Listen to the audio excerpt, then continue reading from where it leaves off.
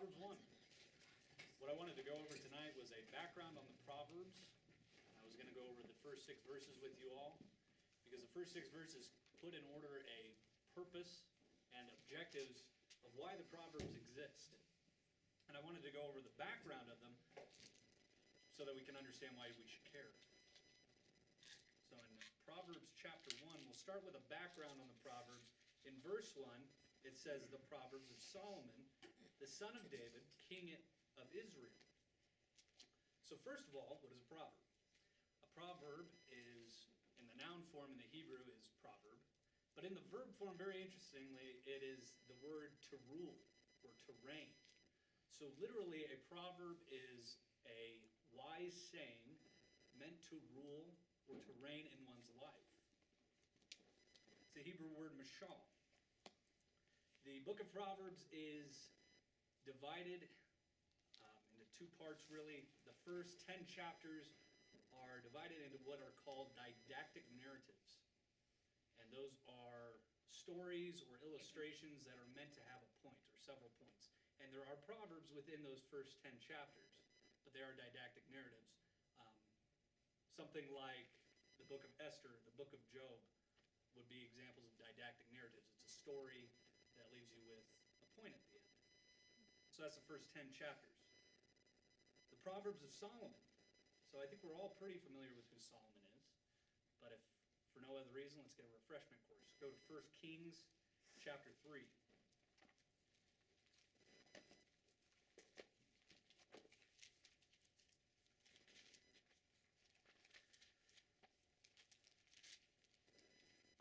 First Kings chapter 3, verse 5. It says, in Gibeon the Lord appeared to Solomon in a dream by night, and God said, ask what I shall give thee. And in verse 9, Solomon's responding, and he says, give therefore thy servant an understanding heart to judge thy people, that I may discern between good and bad. For who is able to judge this thy so great a people? And the speech pleased the Lord, that Solomon had asked this thing. And God said unto him, because thou hast asked this thing, and hast not asked for thyself long life, neither hast asked for thyself riches for thyself, nor hast asked for the life of thy enemies, but hast asked for thyself understanding to discern judgment. Behold, I have done according to thy words. Lo, I have given thee a wise and an understanding heart, so that there was none like thee before thee, neither after thee shall any arise like unto thee. Jump over to chapter 4 of 1 Kings. And in verse 29, it mentions it again. And God gave Solomon wisdom and understanding. Who gave Solomon his wisdom? God. I'm going to go over that several times. That his wisdom came from God. God gave Solomon wisdom and understanding exceeding much, and largeness of heart, even as the sand is on the seashore. And Solomon's wisdom excelled the wisdom of all the children of the east country and all the wisdom of Egypt.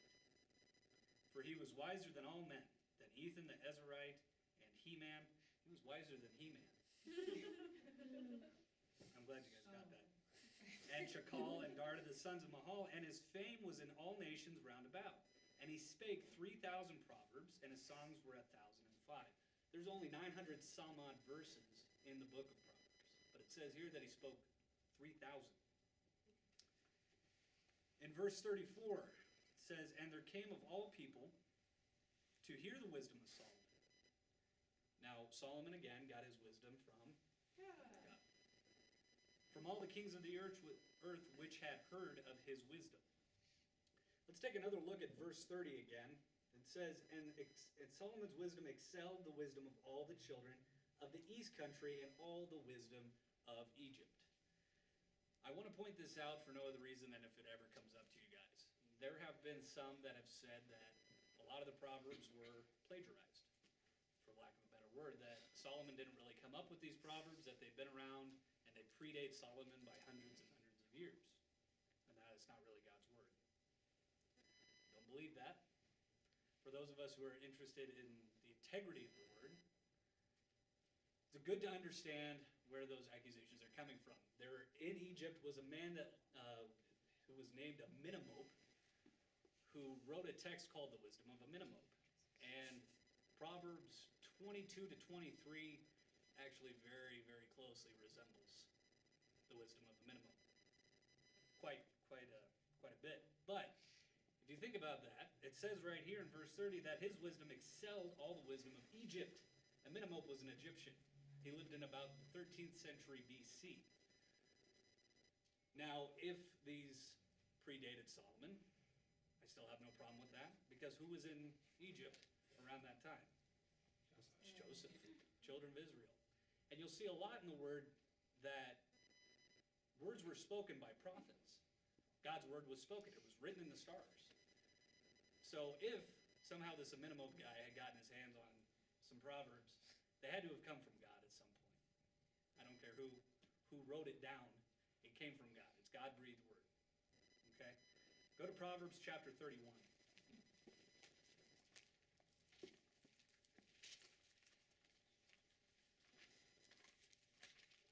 You'll see in the Gospels, a lot of times it says something to the effect of, it was fulfilled that was spoken by the prophet, yada, yada, yada. But you can't find it in the Old Testament. So not everything that was spoken by the prophets were necessarily written down, but it was still God's word. It's still God's word. In verse 1 of chapter 31, it says, the words of King Lemuel, the prophecy that his mother taught him.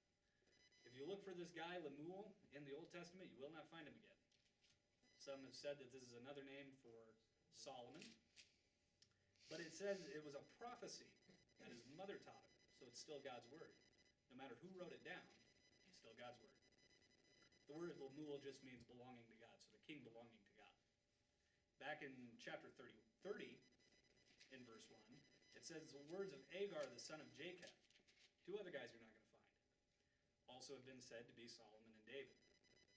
But it says even the prophecy that the man, so it's still the prophecy. It's still God's word. Jump back to chapter 25.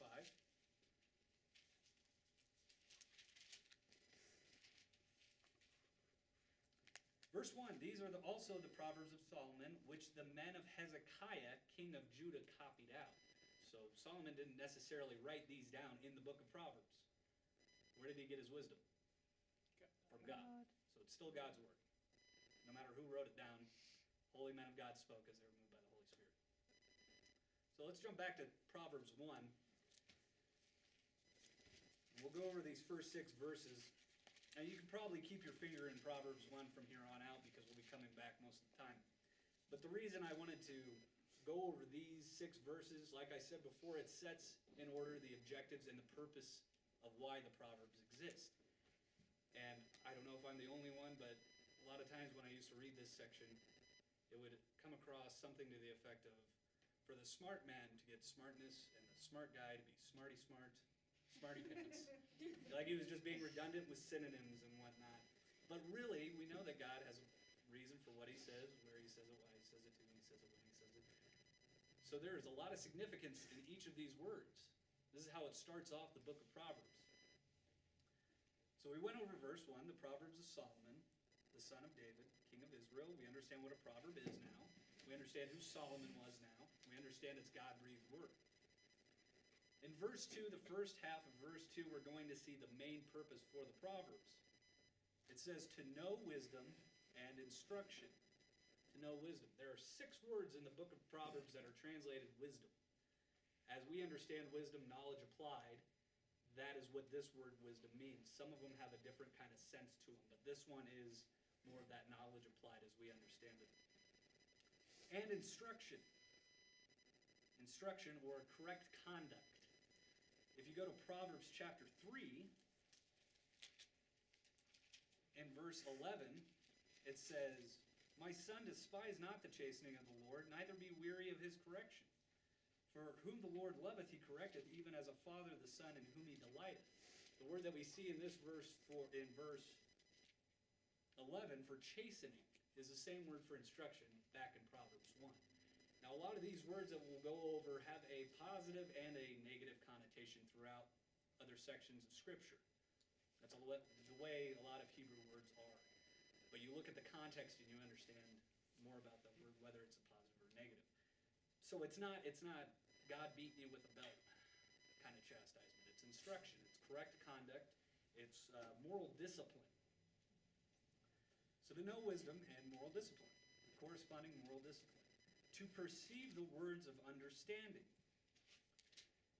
We have a figure of speech here of repetition called polyptoton, where two words are used in the same area.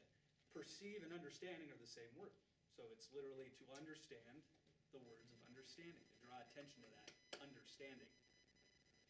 It's the same word that we saw in 1 Kings 3 when Solomon asked for an understanding heart so that he could discern between good and bad, to understand between good and bad.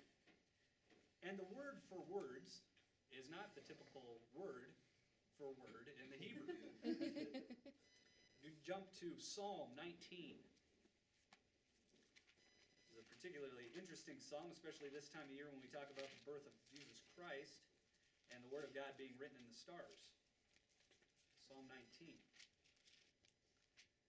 says in verse 1, "The heavens declare the glory of God, and the firmament showeth his handiwork. Day unto day uttereth speech, and night unto night showeth knowledge. There is no speech, no language, where their voice is not heard." In verse 2 and 3, we see that word speech. It's the same word that we saw, words, in verse 2 of Proverbs 1. And it's more than just a word. It's a saying.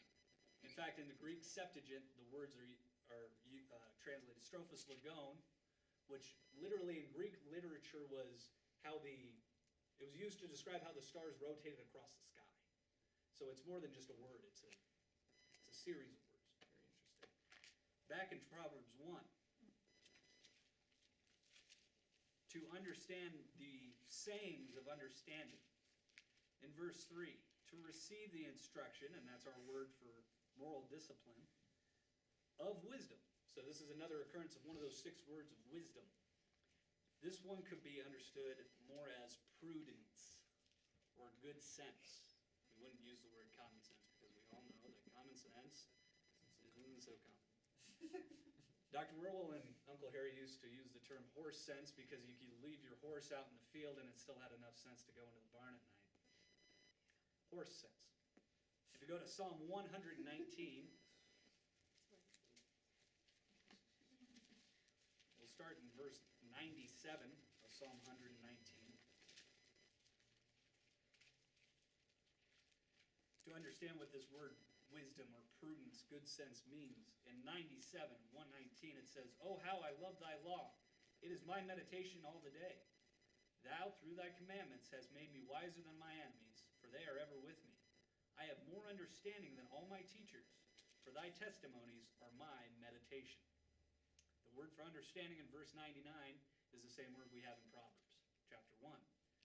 I have more good sense than all my teachers, because the Word of God was his meditation. That's what he put on in his mind, and he thought about it over and over, and he ended up getting good sense. Back in Proverbs 1. To receive the instruction of good sense, and we have 3 categories to this good sense. It's not just overall good sense, but we have 3 subcategories, and these 3 things are translated pretty well in the King James. It says justice. Justice, as we understand it, understanding what is correct. Judgment, being able to understand what's right and what's wrong. And equity, what is proportional, what is proper payment for what's right, or what is proper payment for what's wrong. To give subtlety in verse 4 to the simple, to give subtlety to the simple. And simple doesn't mean stupid, it just means inexperienced. You haven't had enough time to maybe work things out, or you're just a young person. You haven't had all those opportunities. And I don't know if I'm the only one, but every time I see the word subtle, it doesn't matter where it is in the word or not, I always think of Genesis 3:1. Yeah. The serpent was more subtle. Yeah. Doesn't matter what it's talking about. I could see it in a book or in a movie. The serpent was more subtle than any beast of the field. It's actually related to that word, but like we talked about earlier, these words can have a positive or negative connotation. And this doesn't mean it doesn't have that same sense as it does in Genesis 3, where the serpent was more lewd and crafty and sneaky. It's more like skillfulness, to give skillfulness to the inexperienced. To the young man, knowledge and discretion. This is my favorite part of the study, this word discretion. Go to Proverbs Chapter 8 and keep your finger here. Discretion could be understood as inventiveness or inventive technique. in chapter 8 here, like I mentioned before, these chapters are didactic narratives, and here wisdom is being personified as a woman. And in verse 12 it says, I, wisdom, dwell with prudence and find out knowledge of witty inventions. Now when I read this proverb, it really didn't mean much to me because I always thought, well, I'm not an inventor. I'm not making the next space shuttle. What does that have to do with me?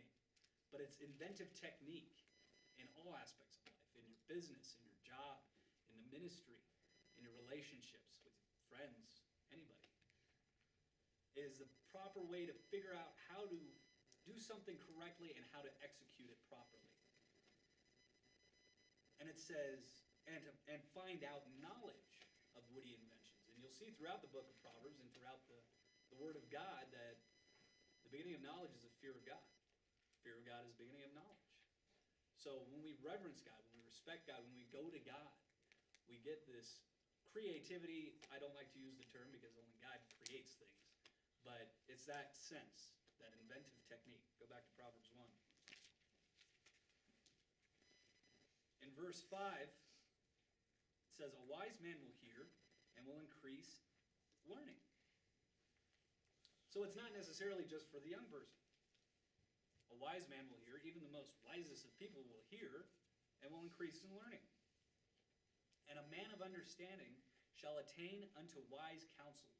Wise counsels. Very interesting word because this is a nautical term in the Hebrew.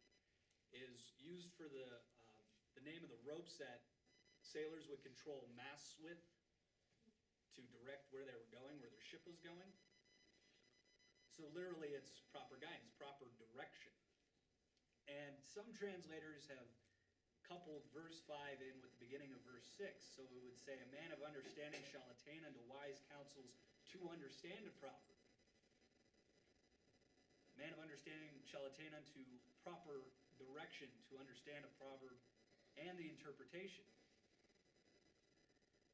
And then the last part of verse 6 says, the words of the wise and their dark sayings. Dark sayings. Ooh. A dark saying isn't an evil saying, it's an obscure saying. It might not always make sense to you when you read it. You kind of have to search out the meaning of it. You have to search out and study the word, or maybe it'll never be revealed to you. But in the book of Judges, if you've ever read about Samson, he's talking to the people and he says, I'll give you a riddle, and if you can solve it in 7 days, I'll give you 30 changes of garment, and if you can't, you give me 30 changes of garment. And after 3 days, the people cry unto his wife and say, well, we'll burn your father's house down if you don't get him to tell us the answer to the riddle. And so she does, and he does, and he says something to the effect of, well, you wouldn't have known if you didn't plow with my heifer. That word riddle is dark saying, is an obscure saying. If you go to Genesis chapter 49, a lot of prophecies in the Old Testament were dark sayings because the sense was not given in them, and it didn't make any sense really until Jesus Christ came. In the Greek, the word for dark sayings is enigma, which might speak a little more loudly to us. Enigma. In Genesis 49, this is Jacob talking to his sons, and he says a lot of strange things to them. I can only imagine what they were thinking. In verse 10 it says, the scepter shall not depart from Judah, nor a lawgiver from between his feet until Shiloh come, and unto him shall the gathering of all the people be. Now, those of us who understand Jesus Christ in the New Testament can look at this and be like, oh, okay. But can you imagine being his sons, hearing that for the first time? Is he high or something? Is he hallucinating? What's wrong with him? The lawgiver between my feet. Right. So there's a lot of these obscure sayings in the Word. And this is important to understand in our studies of the Word because sometimes we don't always know. And that's okay. You know, when you don't know, you just say, I don't know. And you move on. Maybe someday you'll know. I mean, when handling things like the book of Revelation, it's okay. Relax. It'll be revealed. Don't worry about it so much. Go back to Proverbs. We'll finish this up. We'll go over the first 6 verses one more time. And I hope that maybe this will give you a more clear understanding of the purpose of the Proverbs, and maybe the next time you read the Proverbs, you'll keep these kind of things in mind. Why am I reading this? What should I be looking for? What should I be trying to get out of this?